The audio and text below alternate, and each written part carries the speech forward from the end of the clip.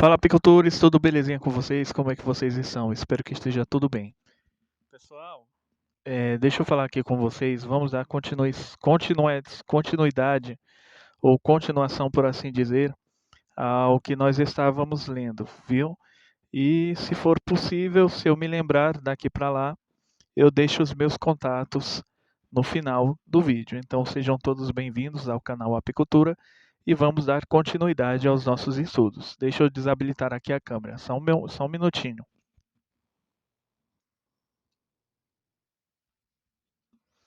Jornadas heróicas em Pulp Fiction. Estamos analisando o terceiro filme. O Christopher Vogler fez uma seleção aqui de 5 filmes para fazer a análise sob a ótica da jornada do escritor, para identificar os elementos, as etapas da jornada do herói, certo? De acordo com cada filme. E agora nós vamos para Pulp Fiction. Jornadas heróicas em Pulp Fiction, com referência ao roteiro de Quentin Tarantino, inspirado em histórias de Tarantino e Roger Roberts Avery. Nos últimos anos, o filme que mais provocou o interesse dos jovens foi Pulp Fiction. As pessoas queriam saber como a estrutura da jornada do herói poderia ser encontrada nesse filme. Seu desafio às convenções de estrutura, conteúdo, enquadramento, diálogo e edição os intrigava. Deliciavam-se com sua intensidade apaixonada e humor sardônico. Parte do público ficou ofendida com sua vulgaridade e cenas de violência, mas a maioria admirou o filme por provar que temas nada ortodoxos e um estilo descompromissado podem ser, divertidos e ter grande êxito. No entanto, apesar das qualidades inovadoras, Pulp Fiction pode ser interpretado com as velhas ferramentas confiáveis da mítica jornada do herói. Visto dessa forma, o filme no mínimo apresenta 3 jornadas distintas para 3 diferentes heróis: Vincent, Jules e Butch. Agora vamos ver. Eu não assisti esse filme, pessoal. E se eu assistir, eu não estou lembrado. Então eu vou deixar para fazer os comentários só depois. Certo? Vamos para o, o subtópico: o espelho pós-moderno. Os jovens talvez tenham reagido a Pulp Fiction porque ele reflete a sensibilidade artística pós-moderna com a qual cresceram. O pós-modernismo é o resultado de um mundo estilhaçado, fragmentado em milhões de peças por um século de guerras, desordem social e rápida mudança tecnológica. As portas da percepção foram destruídas pelas máquinas e pelo ritmo frenético da era eletrônica. Os jovens conscientizam-se com um bombardeio de alta intensidade de imagens aleatórias e breves segmentos de história partidos de todos os estilos de arte e literatura anteriores. Os pedaços podem ter uma coerência interna e obedecer a algumas regras do antigo mundo das histórias, mas atacam a consciência dos jovens sem uma ordem aparente. Os jovens percebem o mundo como reflexos num espelho estilhaçado, seja pelo zapear televisivo, em que editam as histórias sozinhos, seja pela recepção de histórias picadas para eles pela edição estilo MTV. Estão acostumados a fazer malabarismos com tramas, períodos e gêneros a uma velocidade estonteante. Pela natureza arquivística da televisão, que faz girarem imagens e eras constantemente, as crianças pós-modernas vivem num caldeirão de estilos. Os jovens podem se vestir com a moda dos hippies dos anos 1960 e dos metaleiros bate-cabeça, do vaqueiro ao surfistinha, dos gangsta aos grunges, ou podem preferir o estilo nerd.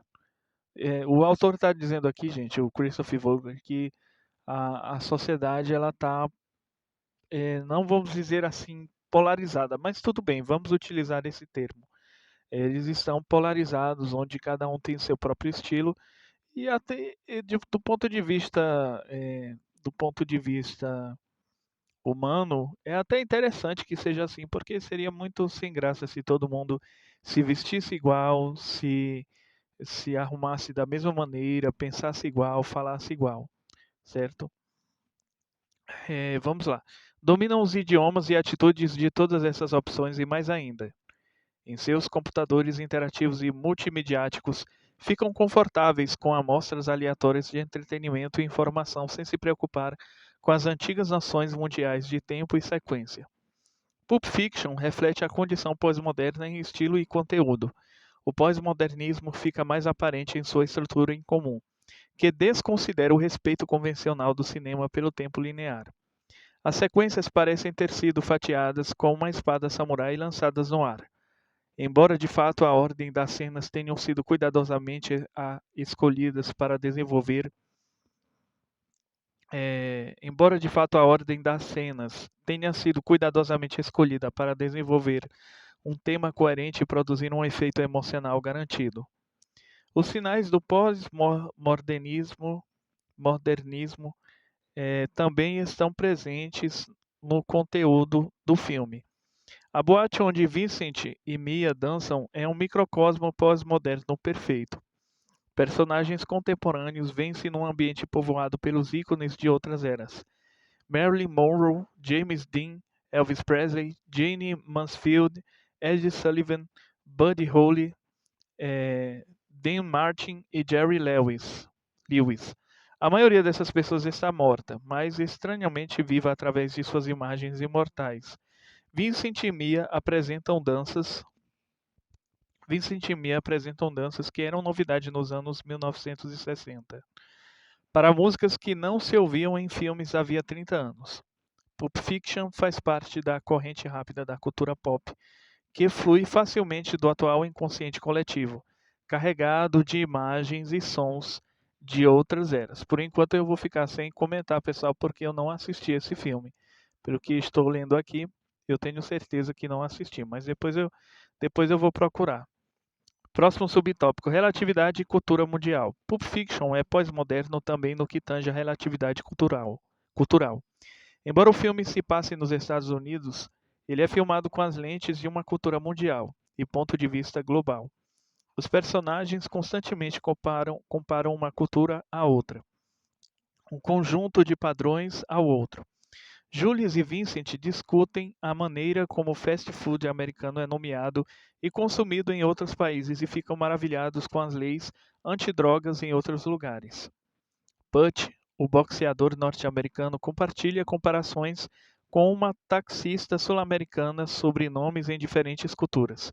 Seu nome hispânico é poético e significativo, enquanto nos Estados Unidos ele diz: nossos nomes não significam nada. Essa consciência das outras culturas contribui para a popularidade mundial do filme. Os personagens em Pulp Fiction participam do debate sobre sistemas de valores, refletindo a noção pós-moderna de que nenhum código de ética único é mais adequado. Julius e Vincent discutem o significado moral da massagem nos pés e a importância cósmica de um padrão de buracos de bala, onde Vincent vê um acidente sem sentido que não exige resposta. Julius vê um milagre divino que exige uma alteração completa de comportamento. No universo pós-moderno, tudo é relativo, e os valores morais são os mais relativos de todos. Embora o público veja Julius como um assassino com sangue frio, ele pode parecer um herói se comparado àqueles ao seu redor. A história parece dizer que os julgamentos de valores estreitos da sociedade ocidental sobre moralidade estão ultrapassados. No novo mundo, cada pessoa deve selecionar um código moral próprio, defendê-lo arduamente e viver ou morrer por ele. É a questão da subjetividade da vida, pessoal. Cada um defende aquilo que acredita, certo? E não é diferente nos dias de hoje. Isso é um conceito bastante atual.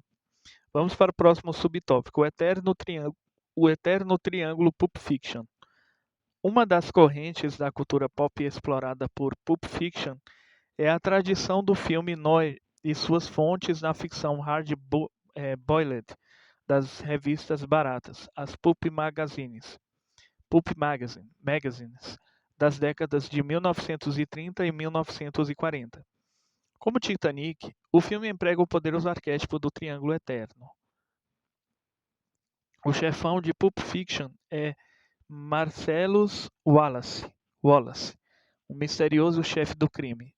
A jovem é Mia, mulher de Marcellus, e Vincent, perdão, viu, pessoal?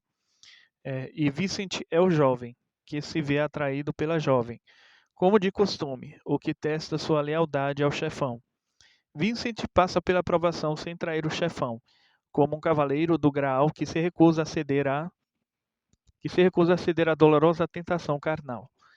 Porém, como veremos em outra arena, outra seção da sua jornada do herói, Vincent falha em mais uma prova espiritual. Vamos para o próximo subtópico. Prólogo. Um mundo comum.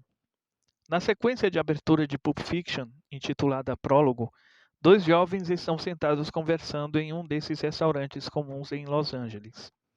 O que poderia ser mais comum do que esse mundo? No entanto, descobre-se que o jovem Pumpkin e a mulher Honey Bunny estavam discutindo os prós e os contras de várias formas de roubo à mão armada. É um tipo diferente de mundo comum, um submundo de criminosos baixos, um mundo em que a maioria de nós prefere não pensar. É muito horripilante considerar que ao nosso redor existem legiões de canalhas estúpidos esperando uma chance de nos roubar ou matar, talvez sentados bem ao lado em nosso restaurante preferido do estilo anos 1950. As primeiras palavras de Pumpkin são características de uma recusa. Não, esquece. É arriscado demais. Não quero mais fazer essa merda. Aparentemente, Honey Bunny acabou de apresentar um chamado ao propor que roubem outra loja de bebidas. Sua linha de atuação criminosa atual, seu mundo comum. Enquanto depreciam asiáticos e judeus donos de lojas de bebidas, Pumpkin, com seu sotaque inglês, comenta que ele e Honey Bunny poderiam roubar o restaurante, onde não há guardas ou câmeras, nem funcionários que precisem bancar o herói. Ele evoca uma espécie de mentor, mencionando a história de um roubo a banco no qual os ladrões usaram o terror e a trapaça para assumir o controle. Jogando-se um ao outro num frenesi, Pumpkin e sua namorada patética atravessam um limiar, erguendo as armas, trazendo a possibilidade de morte instantânea à baila. Em seguida, sob o turbilhão do som de uma antiga banda de surf music, somos lançados aos créditos e ao corpo do filme. Essa sequência de abertura exerce a regra cinemática que diz: a desorientação leva ao sugestionamento. Não se sabe se esses malucos são heróis da história, ou, como se revela, meros coadjuvantes. A intenção do cineasta é nos deixar um pouco desorientados, imaginando qual é a importância deles. Também nos faz questionar o destino desses cabeças quentes e do pessoal no restaurante. Também tem isso, pessoal, tem muito disso. Do autor ou filme, né, já que estamos falando aqui de escrita e de filme também, tem muito essa ideia de querer confundir a mente do telespectador ou do leitor. Isso vai depender da intenção do autor do livro, ou do roteiro, por assim dizer. Só para ilustrar aqui um exemplo para vocês, a maravilhosa Raquel de Queiroz, a autora do livro 15, ela disse que o filme não foi de acordo com, não foi o que ela não atendeu às expectativas dela, porque ela escreveu o livro querendo passar uma mensagem e daí fizeram um filme, produziram um filme 15 baseado no romance que ela escreveu, o livro chamado 15, passando um outro tipo de mensagem. Então tem muito isso mesmo, tem muito disso. E o pior e o pior de tudo, gente, pior não, e o melhor de tudo, porque isso aí beneficiou a imagem dela, é que ela pediu aos produtores que não colocassem o nome dela. É esquisito, né? Você vê uma produção cinematográfica baseada no roteiro de alguém. Toda produção cinematográfica é baseada no roteiro de alguém. E é difícil, é muito difícil você não ver os créditos citando o nome do roteirista, do escritor, certo? É muito difícil. Só que a Raquel de Queiroz, ela fez uma jogada de mestre. Por quê? Porque ela percebeu que a imagem dela podia queimar o filme dela, podia comprometer a imagem dela. Porque muita gente não. Tem gente que é ignorante, tem gente que não sabe distinguir as coisas. Tem gente que pensa que o autor escreve um livro, aí quem produz o filme é esse mesmo ator. Não tem nada a ver, gente. O autor escreveu o roteiro, escreveu a obra. Agora, quem produz a obra são outras pessoas. Aí não tem. A única coisa que tem vinculação com o autor é a obra, são as palavras escritas. Mas aí até isso, os produtores cinematográficos, os grandes diretores de cinema, podem deturpar a mensagem central do livro. Foi isso que aconteceu com o filme 15. Né? E aí ela disse que era para desvincular o nome dela, para não mostrar nos créditos, né? Porque ia comprometer a imagem dela. Ela foi genial, sinceramente, foi genial nessa jogada aí. Não sei se você sabia disso, mas fica aí essa curiosidade. Vamos lá. Próximo subtópico: Vincent e Jules. Agora, pela primeira vez, vemos nossos dois protagonistas, Vincent Vega e Jules Winfield, dirigindo um grande carro americano. Eles também estão em seu mundo comum, tendo uma conversa trivial sobre as sutis diferenças em cardápios de fast food e costumes nos países da Europa. Vincent passou um tempo na Europa, onde as coisas são diferentes. Um Big Mac é chamado de Le Big Mac na França, e as regras sobre drogas em Amsterdã são diferentes. Ele foi para um mundo especial e tem o ar experiente de um herói que revive uma aventura prévia. Vincent e Jules param em um prédio e pegam suas armas no porta-malas, perdão, no porta-malas do carro. A sensação é de que é mais um dia no escritório para eles, um trabalho rotineiro no mundo comum. Quando se aproximam do apartamento para cumprir a missão, a conversa volta-se para Mia, a camaleoa, mulher do chefe criminoso Marcellus Wallace, chefão.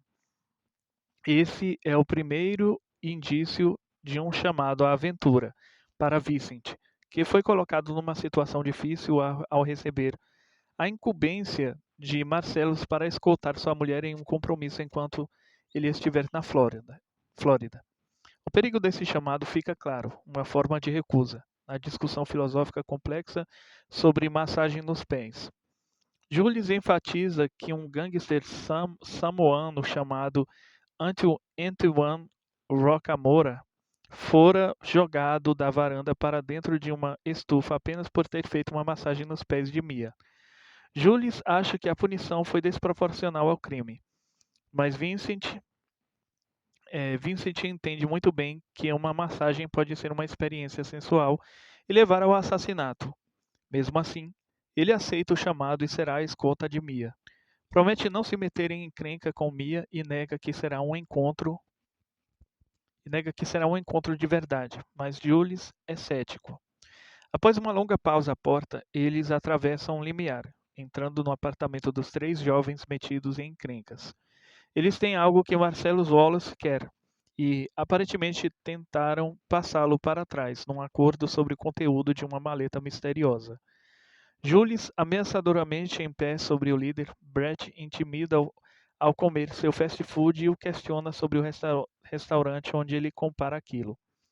Não é hambúrguer do Wendy's ou McDonald's, é um hambúrguer do Big Kahuna. Kahuna é magia havaiana, o que sugere que uma grande mágica está para acontecer. Certamente existe magia na maleta, cujo conteúdo reluzente hipnotiza Vincent quando ela abre para verificar. O que haveria na maleta?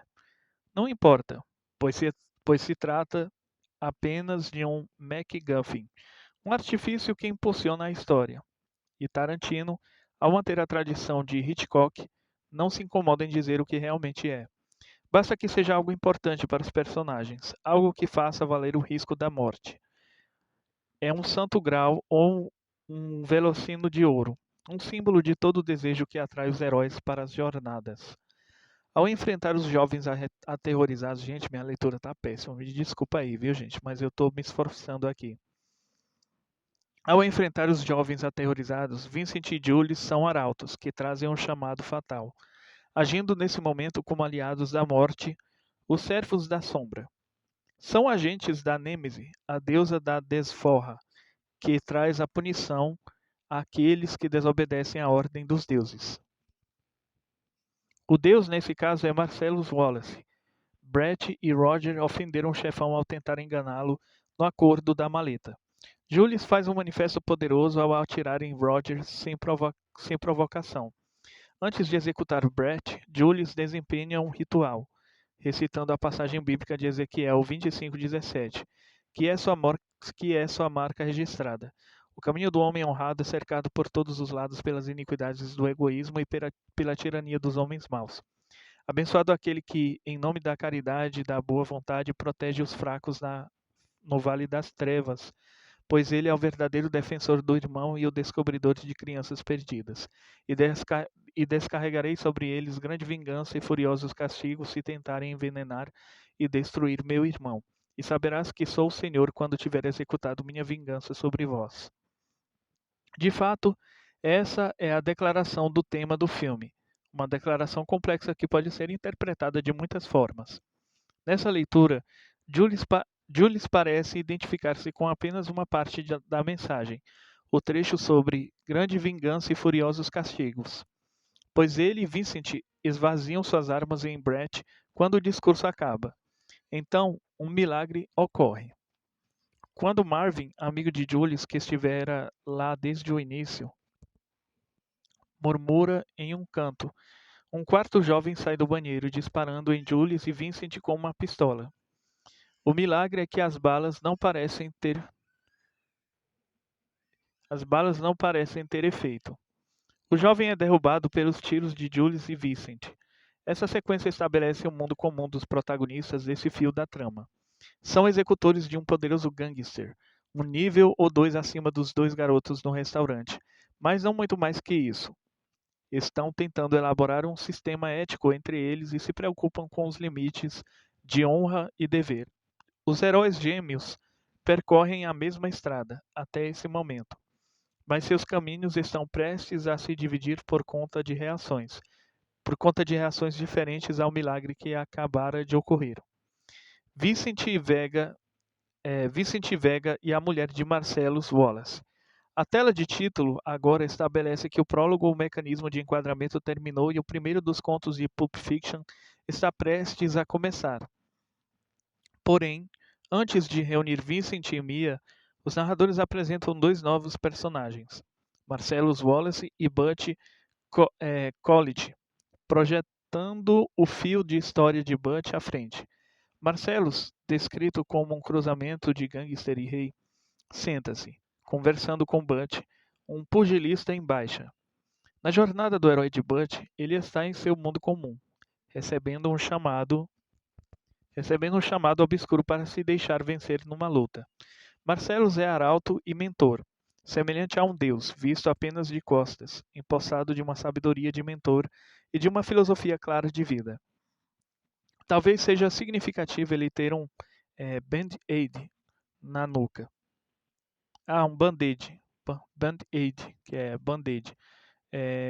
Estaria ele cobrindo um simples corte feito enquanto raspava a cabeça totalmente careca ou algo mais sinistro, como implantes cerebrais alienígenas do clássico Marte Ataca dos anos 1950. Como conteúdo reluzente da maleta, isso apresenta uma charada que os cineastas se negam a resolver. Marcellus aconselha Butch a engolir o orgulho e desistir da tentativa de ser campeão mundial peso-pena, em troca de algo seguro. Butch não hesita em aceitar seu chamado de perder a luta. Ele pega o dinheiro sem titubear. Parece aceitar o chamado, mas, como descobrimos mais tarde, de fato, ele planeja recusar esse chamado específico, pretendendo, em vez disso, vencer a luta e cobrar a grana alta ao apostar em si mesmo. Vincent e Jules entram com a maleta, mas vestem trajes bem diferentes dos da cena anterior, camisetas e shorts que parecem inapropriados para o bar. Mais tarde, descobrimos que vários dias se passaram desde a última vez que havíamos visto Vincent e Jules, e que os dois já tinham enfrentado grandes provações. Vincent se estranha com Butch, zombando dele como um lutador desengonçado e fracassado. Em um contorno típico da fase de provas aliados e inimigos, Vincent lança um desafio, que Butch se recusa a aceitar. A chance de encontrar Butch é uma prova que mostra uma falha em Vincent, a falta de respeito pelos mais velhos. Ele deveria saber que Butch é um herói experiente, um mentor em potencial que poderia lhe ensinar algumas coisas, mas, em vez disso, zomba do outro. A recusa de Butch em aceitar o desafio mostra que ele é maduro e cuidadoso.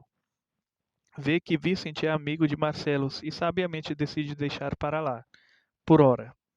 No entanto, um potencial aliado se transforma num inimigo por causa da arrogância de Vincent.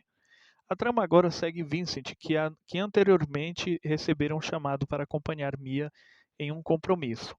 Ao manter o tema do submundo criminoso, Vincent aborda um mentor próprio, o traficante de drogas Lance, antes da travessia do limiar para lidar com Mia. O covil do mentor é uma casa antiga em Echo Park. Esse mentor, como um xamã que equipa o caçador com poções mágicas e ervas curativas, apresenta uma série de opções de heroína para que Vincent escolha. Vincent paga caro pela droga mais forte. Vincent se droga e parte em um atordoamento feliz para buscar Mia. Aqui está outra falha de Vincent. Seu vício o enfraquece. Vincent atravessa um limiar quando entra na casa de Marcellus, passando por estranhas esculturas de metal, como guardiões do limiar de alguma cultura primeva. Há uma sensação de que os deuses estão observando. Lá dentro, Mia age no reino quase divino do chefão, entretendo-se com os brinquedos de Marcellus. Como chefão em muitos filmes noir, ela o observa de uma sala superior escondida, manipulando Vincent por controle remoto com sua voz sem corpo. As regras são diferentes nesse mundo especial. No mundo comum de Vincent, ele e sua arma são os mestres absolutos. Aqui, uma mulher descalça detém o poder da vida e da morte. Ele dá o tom e seleciona o tema musical da noite. Entrando ainda mais no mundo especial, Vincent leva Mia ao estranho café dos anos 1950 para uma cena de provas, aliados e inimigos. Jack Rabbit Slims é um modelo do mundo pós-moderno, no qual as imagens do passado recente são fatiadas, recicladas e atreladas a novas tarefas continuamente. Rostos lendários como Marilyn Monroe, Elvis e Buddy Holly são reduzidos a mesinhas de espera e hambúrgueres para a viagem. Em uma típica cena de bar do estágio 6 da jornada do herói, Mia e Vincent testam-se um ao outro. As escolhas do cardápio assumem grande importância como pistas para o personagem. Cigarros fálicos são enrolados e acesos.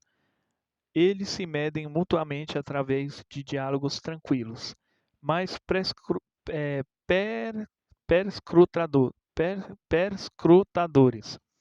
Vincent testa Mia de forma direta, perguntando sobre a relação dela com o camarada que fora jogado pela janela.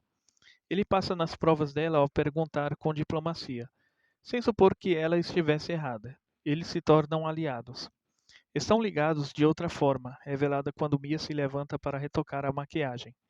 Na verdade, para cheirar cocaína. Como Vincent, o vício a enfraquece e isso a levará à sua aprovação. O concurso de dança é uma aproximação para um passo mais próximo à questão de vida e morte do sexo. Pelo modo como se requebram na pista de dança, fica claro que teriam um sexo fantástico. Seus movimentos de dança e gestos de mão refletem o arquétipo de camaleão, enquanto tentam várias máscaras e identidades na aproximação do amor. Vincent e Mia voltam para casa para enfrentar uma aprovação suprema.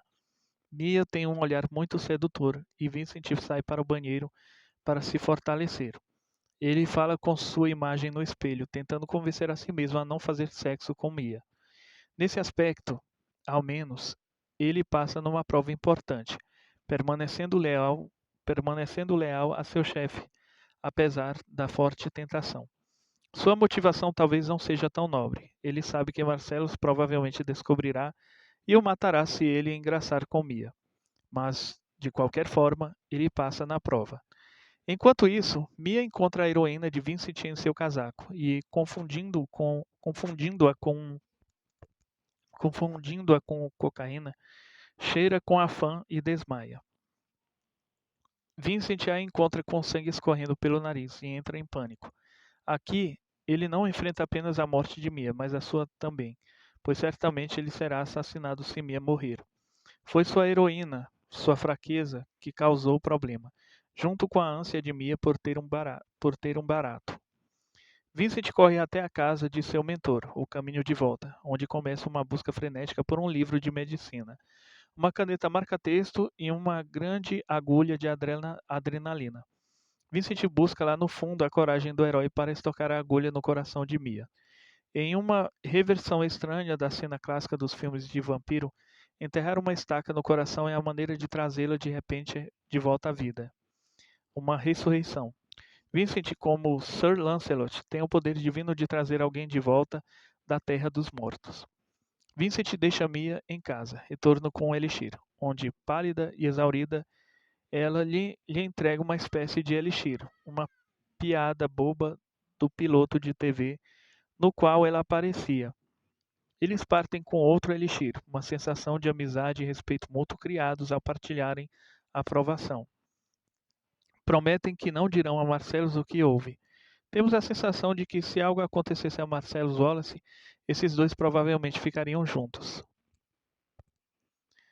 Próximo subtópico, a história de Butch. A história agora segue para outra meada, a jornada do herói de Butch, o boxeador. Ela nos leva de volta ao mundo comum de Butch, uma cena de sua infância no subúrbio, onde ele assiste ao desenho Speed Racer na TV em 1972. Um chamado à aventura é apresentado por um arauto mentor, o Capitão Cons, oficial das Forças Aéreas que traz o relógio de ouro que pertencia ao pai e aos antepassados do garoto. Num longo monólogo, Cons descreve a tradição de o relógio ser carregado por soldados americanos da família de Butch. Ele relata a provação que ele e o pai de Butch viveram no campo de prisioneiros vietnamita. O relógio transforma-se num emblema da tradição máscula que o liga a símbolos como as espadas mágicas que os heróis herdavam do pai. No entanto, somos puxados de volta à realidade com o detalhe mundano de onde o pai de Butch escondera o relógio por 5 anos. E Capitão Cons usou um lugar semelhante para escondê-lo, por 2 anos após a morte do pai de Butch. Cumprindo a função de doador de um mentor, o oficial entrega o relógio a Butch. Somos levados de volta ao presente, onde vemos Butch recebendo outro chamado, desta vez de seu empresário, que o chama para entrar no ringue e encarar a luta que ele supostamente deverá perder. Vamos para o próximo subtópico, o relógio de ouro. Um título de apresentação na tela agora deixa claro que estamos entrando na trama principal de outra jornada do herói.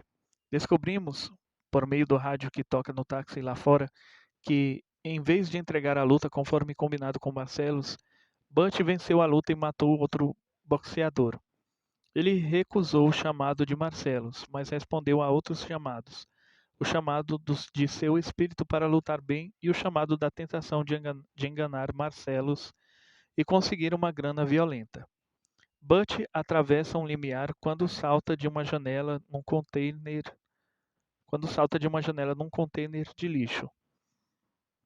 Ele entra no táxi e começa a tirar os apetrechos de um lutador, deixando parte de sua vida para trás. Em uma cena de provas, aliados e inimigos, sua atitude é sondada através de uma conversa com Esmeralda Villa-Lobos, a taxista colombiana. Ela explica que seu nome tem um significado poético.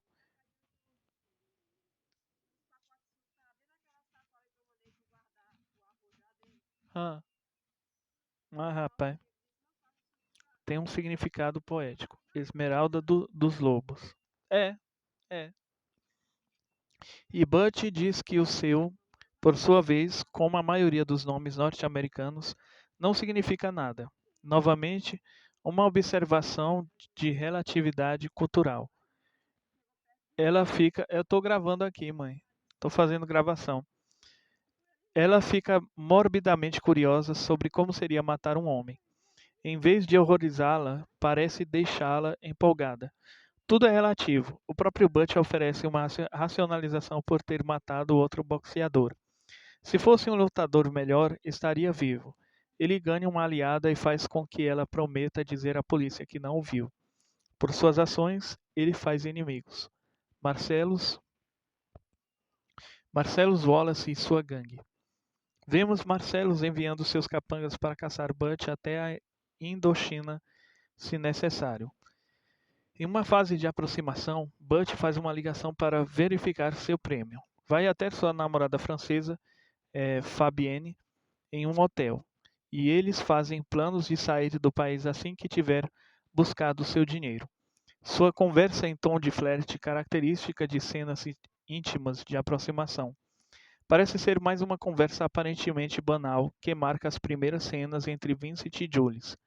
Tem a mesma noção de relatividade cultural e diferenciação de sistemas de valores. Aqui as distinções seguem as linhas de gênero.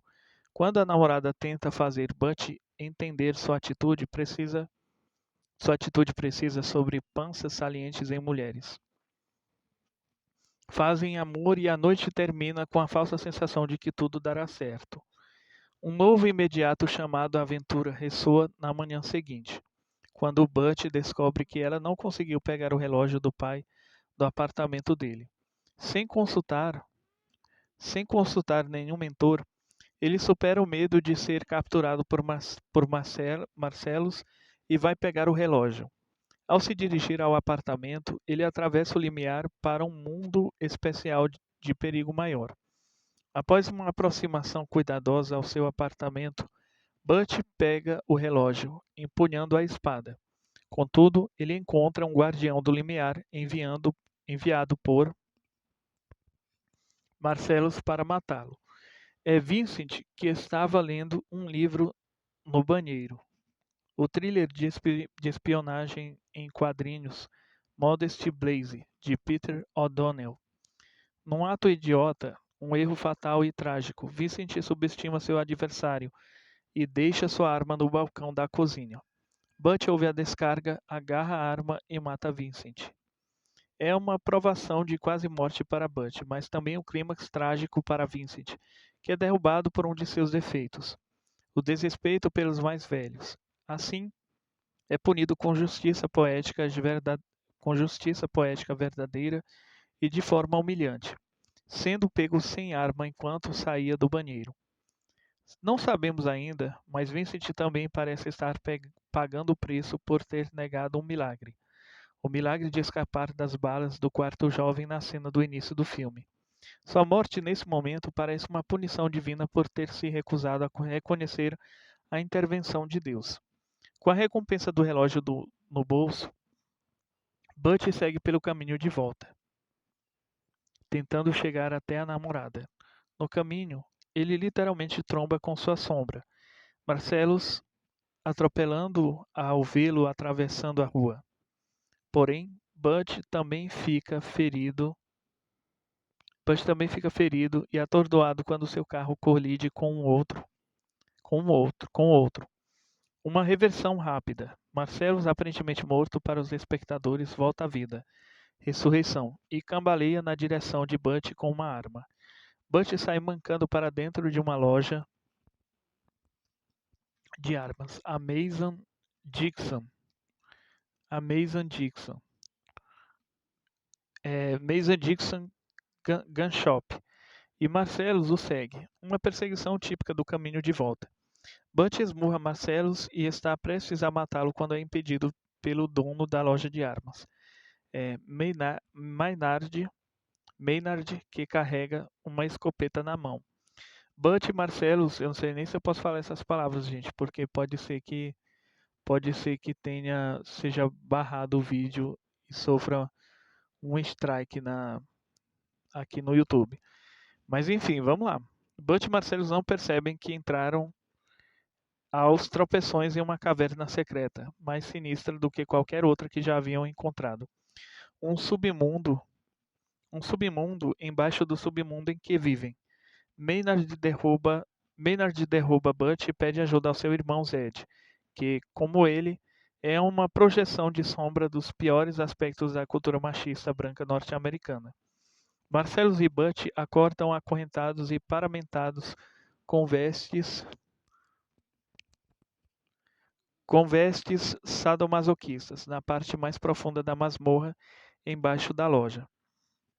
Zed traz uma criatura vestida de couro, o coxo, de um fosso ainda mais profundo que o solo.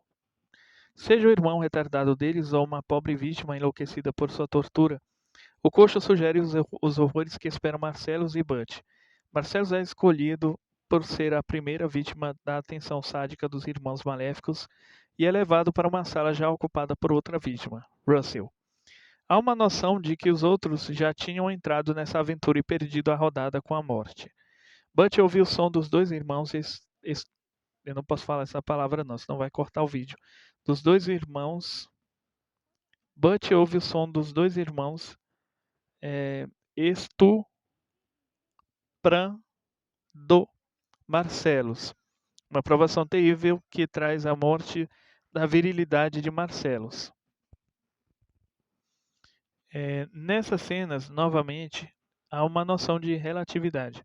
Não importa quanto possamos ter julgado duramente Marcellus e Butch por seu comportamento, ainda existem vilões piores e círculos mais inferiores do inferno.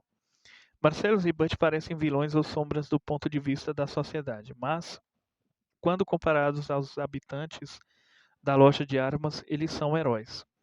Butch vê uma oportunidade e escapa, esmurrando o coxo, que cai desmaiado e se enforca com sua coleira. Butch corre para o andar de cima e põe a mão na maçaneta, pronto para ir embora, mas tem uma crise de consciência.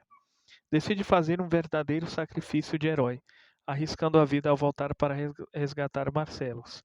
Embora saiba que Marcellus quer matá-lo por não ter entregado a luta.